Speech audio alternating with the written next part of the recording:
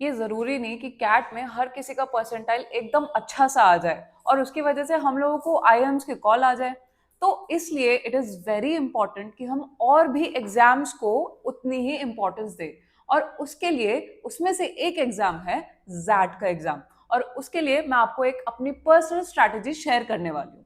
तो जैट में basically 4 sections आते हैं।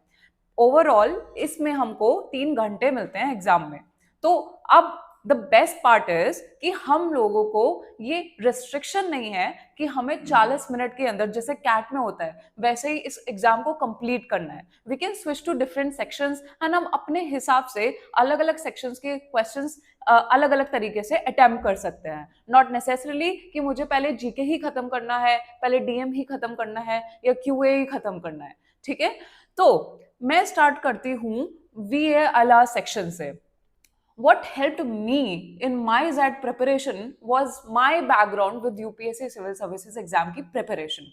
So what happened was कि since मैंने यूपीएससी की तैयारी करी तो इस वजह से मेरे को रीडिंग का बहुत ज़्यादा शौक हो गया। मैं अलग अलग डोमेन्स की अलग अलग किताबें पढ़ने लगी, मैं रोज़ डेली न्यूज़पेपर पढ़ने लगी। एज अ रिजल्ट जो कॉम्प्लेक्स जॉगन्स होते थे या कॉम्प्लेक्स अलग अलग लैंग्वेजेस मुझे फेस करनी पड़ती थी उसके साथ मैं कंफर्टेबल हो गई। And as a result when I wrote XAT का एग्जाम तो मुझे वीएलआर सेक्शन में प्रॉब्लम नहीं हुई और मैं अच्छे से हर क्वेश्चन को डीपली एनालाइज कर पाई और उसको ब्रेक कर पाई according to what the question was demanding.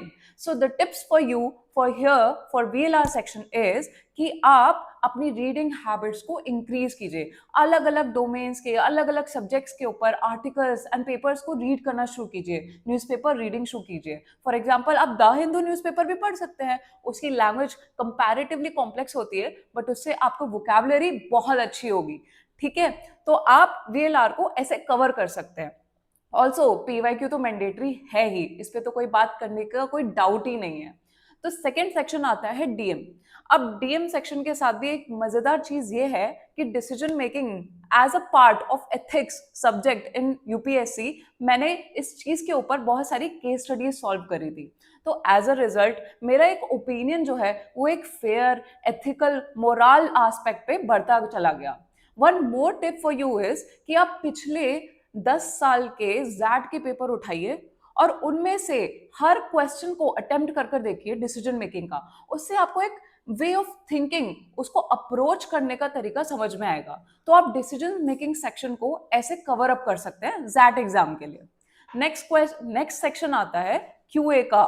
ठीक है, तो क्वांटिटेटिव में तो हम लोग को पता है कि मोस्ट इंपॉर्टेंट सेक्शंस वो ये होता है कि हम अलजेब्रा को और अरिथमेटिक को उस पर बहुत अच्छी कमांड सेट करें अपनी।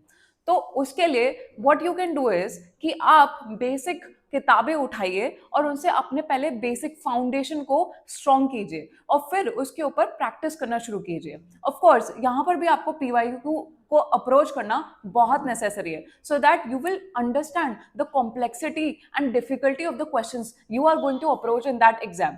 And you have to pressure test yourself within those 3 hours कि आप कितना पेपर अटेम्प्ट कर पा रहे हैं। It is very important. So the last section is GK.